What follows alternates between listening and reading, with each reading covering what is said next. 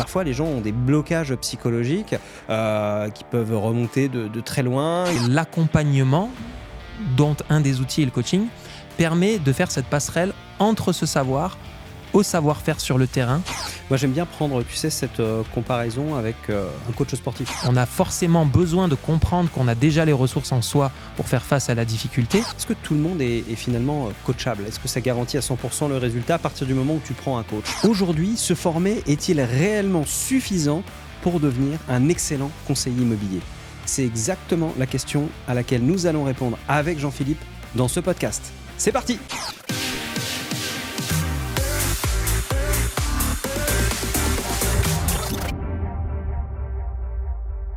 Bonjour à toutes et à tous, ici Cédric, votre serviteur, j'espère que vous avez la forme et aujourd'hui pour ce podcast, je suis accompagné de Jean-Philippe Avon. Salut Jean-Philippe. Salut Cédric, ça va? Ouais, impeccable, et toi? Ouais, nickel, merci beaucoup. Top. Donc vous êtes peut-être en train de regarder ce podcast sur YouTube ou peut-être sur une plateforme type Deezer ou Spotify. N'oubliez pas de vous abonner si ça n'est pas déjà fait et d'enclencher la cloche pour être sûr de recevoir notre contenu. Alors aujourd'hui, on va parler d'un sujet qui intéresse bien évidemment tous ceux qui veulent croître, tous ceux qui veulent grandir et progresser dans cette profession-là. Ça va être de parler de la formation immobilière et aussi d'un mot qui est arrivé en France il y a quelques années. On va parler du coaching, Jean-Philippe. Absolument. On va parler du coaching personnalisé aujourd'hui parce qu'on se rend compte que c'est un sujet qui est assez mal connu et pourtant qui représente, je pense aujourd'hui, par rapport à ce qu'est la réalité du métier de conseiller immobilier, un enjeu majeur et qu'il faut comprendre aujourd'hui parce qu'il faut savoir que ça existe et connaître ses qualités. Et c'est la raison pour laquelle je pense qu'on a décidé d'aborder le sujet parce qu'aussi c'est la demande des conseillers immobiliers qui nous demandent sans arrêt en fait à quoi ça sert votre coaching, à quoi ça sert l'accompagnement, etc. Donc c'est précisément ce à quoi on va répondre aujourd'hui. Et si tu es OK, j'aimerais expliquer déjà dans quel contexte ça s'inscrit et pourquoi est-ce que nous, par exemple, on a mis en place des accompagnements et du coaching personnalisé. Oui, bien sûr. Alors, est-ce que déjà, tu pourrais, pour notre audience, définir de manière la plus simple et concrète possible, le coaching, c'est quoi finalement? Le coaching, c'est une méthode qui permet à un individu de développer son potentiel, c'est-à-dire de l'exprimer son potentiel, c'est-à-dire de faire appel à ses ressources pour exprimer son plein potentiel. Donc, ça peut aussi bien avoir lieu dans le domaine personnel que dans le milieu professionnel. Donc, on va puiser dans les ressources de la personne pour l'aider à réaliser ce fameux potentiel. Ok, super. Alors donc, pour toi, Jean-Philippe, comment est-ce que ce coaching intervient aujourd'hui dans notre profession ? Alors, le coaching intervient en fait dans un contexte, on va dire, en addition de quelque chose existant, c'est-à-dire que depuis 5-7 ans, on a vu fleurir beaucoup de formations pour les conseillers immobiliers. Et ces formations qui, pour le coup, étaient, de mon point de vue, puisque j'en ai consommé un certain nombre, j'ai trouvé le contenu théorique à chaque fois vraiment très qualitatif. Donc, on a vraiment plein de choses, et dont Disrupteur Immobilier aussi faisait partie en 2020-2021. Et donc, c'était génial à l'époque.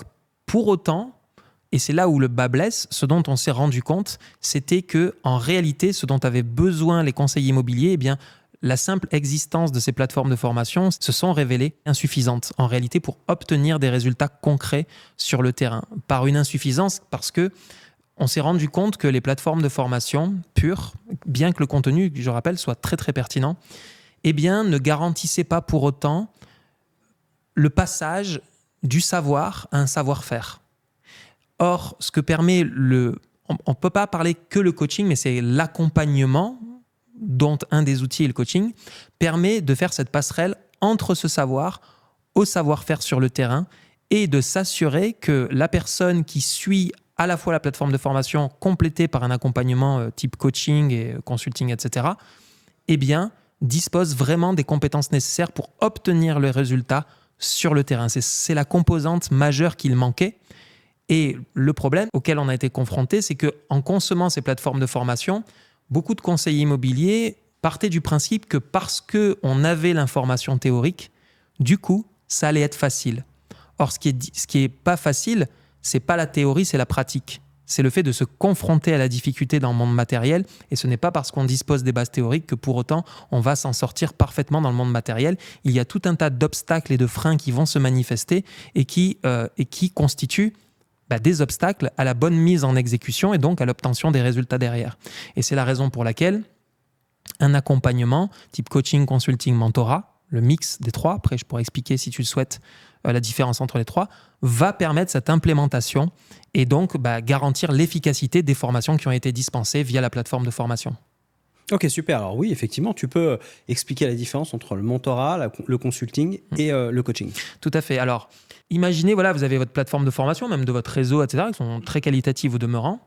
Et si on utilisait que le coaching, la séance se dirait, ok, donc que tu as appris ton réseau, Cédric, etc. Mais mon réseau, il m'a appris ci, il m'a appris ça, la pige, etc.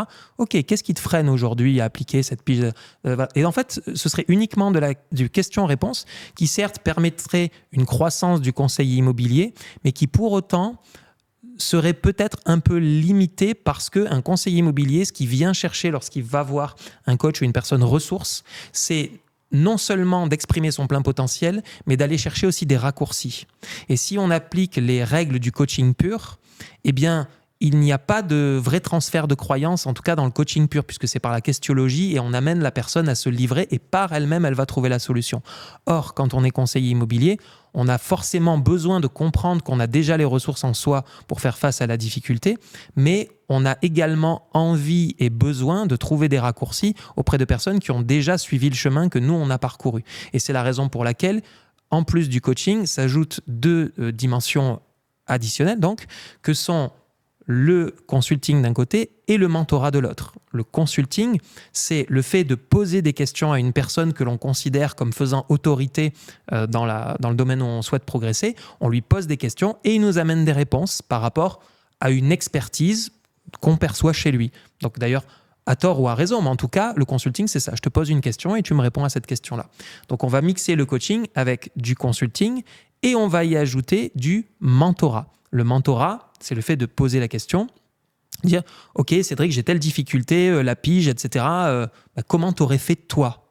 Eh bien, le mentorat, c'est le fait de dire « Écoute, moi, je faisais comme ça ou je fais comme ça. » Donc, le consulting, c'est on va chercher une expertise théorique qui n'est pas forcément en lien direct avec l'expérience de la personne et comment est-ce qu'elle l'a fait, alors que le mentorat, c'est vraiment comment est-ce que toi, tu as fait par le passé ou comment tu fais encore aujourd'hui. Et c'est en mixant les trois approches, c'est-à-dire coaching, consulting et mentorat, qu'on parvient vraiment à avoir une efficacité maximale en termes de résultats. Oui, tout à fait. Moi, j'aime bien prendre, tu sais, cette comparaison avec un coach sportif. Lorsque l'on décide de faire du sport, on s'inscrit à une salle de sport. Et puis là, on arrive dans cette salle de sport, il y a toutes ces machines qui sont là. Et on a tendance à commencer à rechercher un petit peu sur Internet comment se mettre sur la machine, quelle posture avoir, quel exercice on doit faire. C'est énorme. Je veux dire, tout ce à quoi il faut penser, c'est très, très important. Et le fait d'avoir un coach va tout de suite nous permettre de définir déjà le programme de sport par rapport aux besoins que peut avoir le coaché, à son objectif. Et à partir de là, déterminer le plan d'action et en plus de ça, de rectifier la posture. Parce qu'une des pires choses qui peut arriver quand on est à la salle de sport et qu'on démarre, c'est qu'on va se blesser parce qu'on ne va pas faire la bonne posture et le risque de blessure est très fort. Eh bien, tu vois, c'est très intéressant ce que tu dis parce qu'en fait, ce que tu décris et ce qu'on, par abus de langage, en fait, on utilise le terme coaching parce que ça vient aussi du coaching sportif, etc., bien entendu. Eh bien, aujourd'hui, c'est l'approche que tu décris serait davantage qualifiée de consulting puisque on va voir le coach et c'est le coach qui va faire notre programme. Et c'est pas du mentorat parce que le coach va pas te dire ce que lui faisait, mais il va te dire par rapport à ses connaissances, par rapport, je sais pas, il a un BPGEPS, etc., en formation. Et donc, du coup, tu vas chercher le consultant pour ses connaissances. Donc, du coup, il va te faire le programme. Et c'est ça, le consulting, en réalité. C'est donc, en termes de... si on est puriste, on va plutôt le qualifier de consulting. Ok, d'accord. Alors, donc, pour toi, là, aujourd'hui, la formation n'est clairement pas suffisante pour des conseillers immobiliers qui veulent performer aujourd'hui en 2025 ? Alors, c'est toujours pareil. Ça peut être suffisant. Ça peut être suffisant si la personne, pour moi, a déjà fait un travail sur elle-même et a un état d'esprit de conquête. Un état d'esprit de conquête, de croissance aussi, donc un état d'esprit de croissance, c'est s'oppose, donc pour rappel, à l'état d'esprit fixé. L'état d'esprit de croissance, c'est le fait de considérer une difficulté comme étant une opportunité de grandir et un facteur, on va dire, plus d'excitation plutôt qu'un frein à l'action. Alors qu'un état d'esprit fixé, lui, c'est j'ai des qualités, j'ai des défauts et tout le reste de ma vie va consister à faire briller mes qualités, c'est-à-dire me mettre dans des situations où j'ai des qualités, mais à éviter toutes les situations qui peuvent mettre en avant mes défauts parce que sinon je vais me taper la honte et voilà, et ma vie est foutue. En fait, c'est l'impression de mourir, en fait, tout simplement.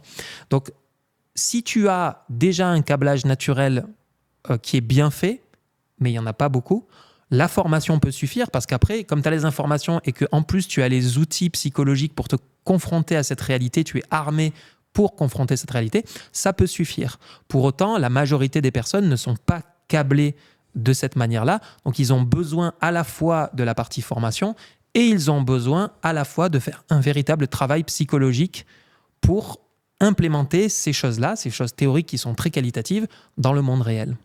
Ok, mais alors est-ce que ça garantit à 100%, c'est-à-dire que est-ce que tout le monde est finalement coachable? Est-ce que ça garantit à 100% le résultat à partir du moment où tu prends un coach? C'est-à-dire, tiens, débrouille-toi le coach, aide-moi. C'est une bonne question. En fait, oui, tu as raison, ça soulève la question de la coachabilité. Ce n'est pas parce que tu prends un coach que tu vas avoir les résultats. En réalité, le résultat de ce pourquoi tu es venu voir le coach dépend en réalité de deux facteurs qui sont en fait les deux facteurs qui sont liés à la coachabilité. Voilà, la coachabilité, c'est deux choses. La coachabilité, c'est d'être ouvert à progresser, c'est-à-dire être ouvert aux nouvelles idées, être ouvert à l'idée du changement et tout ce qu'on va pouvoir nous proposer. C'est le premier facteur de la coachabilité. Et deuxièmement, le deuxième facteur de la coachabilité, c'est d'accepter, c'est d'être d'accord avec le fait de faire les efforts nécessaires pour évoluer. Ça, c'est très important, c'est capital. C'est faire les efforts. Parce que la personne doit comprendre que ses résultats d'aujourd'hui sont conditionnés par ses actions hier, mais si elle veut changer ses résultats de demain, il va falloir qu'elle change aujourd'hui. Donc, qui dit changer, les personnes, le cerveau n'aime pas changer. Donc, on va devoir utiliser des leviers pour changer, pour faire évoluer le câblage de la personne. Pour autant, on va changer le câblage de la personne, mais ça va quand même demander des efforts. Donc, cette dimension de coachabilité, donc deux facteurs. Un, être ouvert à progresser et deux, d'accepter de faire les efforts nécessaires pour évoluer. D'accord. Et donc, finalement, si vous êtes ouvert à progresser et que en plus de ça, vous voulez vous engager à faire ces efforts-là pour réussir, vous n'avez qu'une chose à faire. On vous met dans la description un lien. Vous avez juste à cliquer dessus, de rentrer vos coordonnées et de prendre un appel avec un conseiller disrupteur immobilier qui va voir si et comment on peut vous aider justement à développer votre business, à avoir plus de chiffre d'affaires, à avoir un meilleur équilibre vie pro, vie perso et à débugger tous vos blocages qui aujourd'hui vous empêchent de réussir. Et ça me fait penser à ça, parce qu'effectivement, Jean-Philippe, tu parles de la mise en application, de la mise en action, mais parfois les gens ont des blocages psychologiques qui peuvent remonter de très loin. Ils ont la peur du regard de l'autre, ils ont la peur de réussir. Est-ce que le coaching permet justement de débloquer ces choses-là? Alors absolument. Donc en fait, dans le coaching, il y a un peu deux types de coaching. Il y a le coaching que l'on appelle carrosserie. Coaching carrosserie, c'est OK, salut Cédric, donc pour aujourd'hui, tu t'étais engagé à faire 10 appels primo-list, taper à 200 portes, distribuer 1500 courriers adressés. Qu'en est-il? Est-ce que tu as réussi ou pas? OK, très bien, on fait quoi la prochaine fois? Ça, c'est le coaching carrosserie qui est sur du passage à l'action, compte rendu, etc. Donc, on s'attaque à la carrosserie de la voiture. En réalité, lorsque se manifeste le genre de blocage dont tu parles, on fait appel à un deuxième type de coaching que l'on utilise chez Disrupteur Immobilier, qui est le coaching émotionnel. Parce que nous sommes câblés grâce à l'émotionnel, c'est quand on vit des émotions dans le monde qu'on va s'ancrer des croyances dans notre esprit. Quand on vit, par exemple, un traumatisme quand on est petit, qu'on a vécu des choses, on va vers des nouvelles idées qui vont arriver dans notre tête et à force de se les répéter, ça va créer un câblage dans notre esprit, donc un tas de ce qu'on appelle des croyances. Ça va créer des croyances. Peut-être la croyance de « je ne mérite pas d'être aimé » ou « si je fais tel type d'action, je vais être rejeté » ou « de toute façon, la réussite, c'est pas pour moi ». Voilà, donc il y a tout un tas de croyances que l'on se fait qui, lorsqu'on exerce le métier de conseiller immobilier, en fait, on va, notamment par le biais de la prospection, on va réactiver des blessures que l'on a en nous. Ça va chercher de nouvelles choses. C'est pour ça que les conseillers immobiliers vont procrastiner, dire qu'il manque d'organisation. Mais en réalité, souvent, un conseiller immobilier qui procrastine, la procrastination n'est pas le problème. 90%, la procrastination cache autre chose. la peur de réussir, la peur de ne pas être aimé. Bon, souvent, de toute façon, toutes les peurs mènent à la peur de ne pas être aimé. Mais en réalité, voilà, la prospection va venir réactiver des choses. Et le job du coach est de détecter cette croyance que l'on appelle la source du problème. C'est-à-dire un conseiller immobilier qui dit moi, j'arrive pas à passer en porte-à-porte parce que dès qu'avant de sonner à une porte, j'ai le cœur qui bat, etc. Très bien. Pourquoi tu as le cœur qui bat? Qu'est-ce qui se passe dans ton esprit? Donc en fait, par le biais de la questiologie, on va remonter petit à petit vers ce que l'on appelle la source du problème, qui est en fait, j'ai peur de pas être aimé parce que quand j'osais ouvrir ma gueule à la maison, mon père me mettait une tarte dans la tête. Voilà. Et donc, du coup, j'ose plus l'ouvrir, j'ose plus m'exprimer, etc. OK. Et là, maintenant qu'on a ciblé ça, c'est un vrai travail psychologique. On va détruire cette croyance pour toujours, ce qui s'appelle rayer le disque qui tourne. Donc, on va détruire cette croyance et on va en mettre une nouvelle de croyance qui, elle, va être soutenante pour le conseil immobilier. Donc, on va l'aider à travailler ça. Mais pour mettre cette nouvelle croyance par-dessus l'ancienne, on a besoin de briser l'ancienne croyance. Donc, on fait un travail de questiologie, etc. On fait des travaux de ce qu'on appelle de rayage de disque avec la personne, qui sont des techniques de coaching que l'on utilise et qui permettent de détruire l'ancienne et de mettre un nouveau disque par-dessus, qui est une croyance soutenante qui va lui permettre d'avoir un nouveau câblage qui, à force de travailler sur ça, va créer un nouveau câblage, donc va faciliter le passage à l'action sur le terrain et donc la personne n'aura plus de blocage. D'accord. Et est-ce que le coaching peut se substituer à des consultations en psychologie pour quelqu'un qui a peut-être des pathologies un peu plus lourdes? Je trouve que c'est une question à laquelle il n'est pas facile de répondre. Moi, je dirais qu'il y a des très bons psys et il y a des mauvais psys.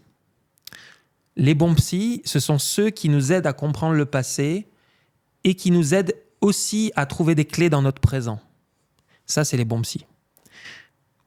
Les mauvais psys, ce sont ceux qui nous ramènent dans le passé négatif et qui nous font y rester. Et quand on a fini 1 an, 2 ans, 3 ans de thérapie, on se dit j'ai tout bien compris mon passé. Par contre, je sais qu'est-ce que j'en fais de ce bordel, j'en sais rien. Donc, si on est face à un bon psy, ça vaut le coup de faire une bonne thérapie avec un bon psychologue qui, si ce psychologue est aidant. Le coaching par rapport à ça va totalement nous aider parce que le coaching, c'est quoi? On va chercher dans le passé de la personne, mais on va pas remuer, je suis désolé, j'appelle ça remuer le caca. On va chercher juste ce qu'il faut dans le passé de la personne pour prendre juste la croyance qui nous intéresse, ok, pour la ramener dans le présent et qu'elle en fasse quelque chose dans le présent. Alors qu'un psychologue, souvent, il va avoir une approche à la fois de la croyance en elle-même dans le passé, mais aussi plein d'éléments systémiques qui vont se greffer autour. Donc aussi, le travail est plus long, etc. Mais après, encore faut-il en faire quelque chose dans le moment présent. Alors que le coaching, on va juste chercher ce qui nous intéresse et on en fait quelque chose dans le présent. On détruit cette croyance, l'ancienne, si elle est limitante. On met une nouvelle croyance aidante à la place. Et là, la personne a vraiment quelque chose dans le présent pour passer à l'action et pour lever le blocage et pour agir sans que ce blocage ne persiste.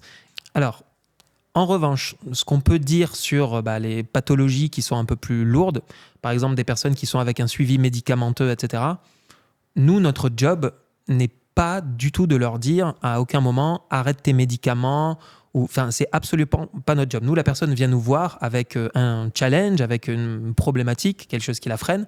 Donc, on va l'aider là-dedans par rapport à ce qu'elle nous dit.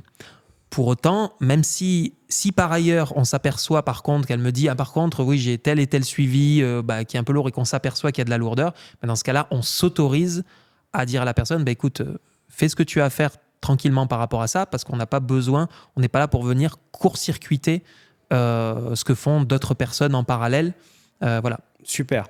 Alors, je sais que dans le coaching aussi, on parle d'un cadre de confidentialité, excuse-moi, qui est très clair. Cependant, est-ce que tu aurais, par exemple, une anecdote à nous donner, un exemple d'une personne, sans la citer bien évidemment, qui, pour toi, présentait des difficultés importantes pour une montée en compétences et finalement, grâce au coaching, elle a réussi, cette personne, à développer ses compétences et à briser ses chaînes d'un ancien schéma. Alors, je ne vais pas donner son nom de famille, mais je vais donner son prénom, Erika, qui en fait avait une image de l'agent immobilier comme une image dégradée, très... pas valorisante, en tout cas. Et on a fait un travail déjà sur est-ce que c'est vrai? Est-ce que tu peux le prouver que tous les agents immobiliers sont comme ça? Par exemple, c'est ça, c'est tous les agents immobiliers sont comme ça, donc j'aime pas me présenter en tant qu'agent immobilier. Très bien, pourquoi est-ce que tu veux pas te présenter en tant qu'agent? Parce qu'il y a telle et telle image, etc. Ok. Pourquoi il y a telle et telle image? Parce qu'ils sont comme ci, ils sont comme ça. Ok. Est-ce que tu peux le prouver? Non, etc. Donc en creusant, en fait, on démonte la croyance de la personne. Donc ok, donc toi, s'il n'existait pas ces croyances de certaines personnes, quelle image du conseiller immobilier, toi, tu aimerais incarner? Donc non seulement on a fait un travail sur la levée de frein par rapport à la perception qu'elle avait de ce qu'elle croyait que le monde renvoyait de l'image du conseiller immobilier, il y a certaines personnes d'autres pas, mais en plus on a fait un travail sur l'identité de la personne. C'est-à-dire, ok, mais dans ces tas de croyances qui existent à tort ou à raison, qui toi tu as envie d'être là-dedans? Et un travail sur l'identité, le travail sur l'identité est le levier psychologique le plus puissant que l'on utilise en coaching. Donc, non seulement on démonte les croyances, mais en plus, on fait un travail sur l'identité, qui tu veux être. Ok, c'est top tout ça, Jean-Philippe. Merci beaucoup pour tout ça. Est-ce qu'il y a d'autres choses à rajouter par rapport à ce sujet, mon cher Jean-Philippe? Oui, alors moi, j'ai quelque chose d'autre à ajouter pour terminer, qui est pour moi un troisième point de développement. C'est que le coaching ou l'accompagnement en complément d'une plateforme de formation permet de faire quelque chose qu'une formation à elle seule ne peut pas permettre de faire, qui est la création d'habitudes de réussite. Ce qui fait ce que nous sommes aujourd'hui, c'est le fruit de nos habitudes. C'est pas parce qu'on mange un McDo une fois, alors que le reste du temps on mange très sain, etc., qu'on va devenir obèse. C'est l'accumulation des habitudes qui font qu'on va être obèse, c'est qu'on va tout le temps au McDo, etc. Eh bien, pour les conseillers immobiliers, c'est exactement pareil. Si vous voulez réussir, en fait, moi, plus le temps passe et moins je crois au coup d'éclat. Le coup d'éclat n'existe quasiment pas, c'est-à-dire la réussite qui vient comme ça du jour au lendemain alors que tu dis il a 2 bras 2 jambes. En réalité, c'est la répétition de petites actions mais avec une grande régularité. Et c'est la raison pour laquelle l'accompagnement, notamment sur 6 mois comme on le fait nous, permet l'instauration de ces habitudes de réussite.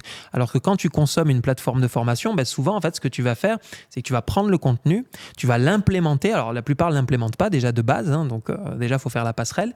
Et pour ceux qui l'implémentent, eh bien, ils vont se retrouver face à la réalité et ils vont très, très rapidement se décourager. Donc, en fait, ils n'ont pas le temps de créer des habitudes de réussite et de faire face et de développer une forme de résilience.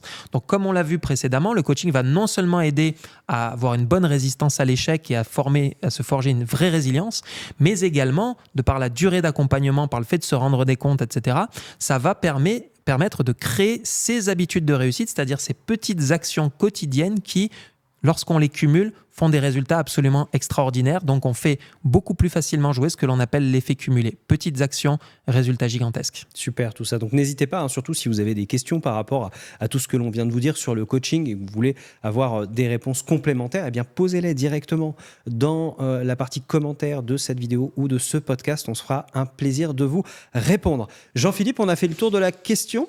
Absolument, on a fait le tour là, je pense. Alors, est-ce que c'est possible de récapituler tout ça?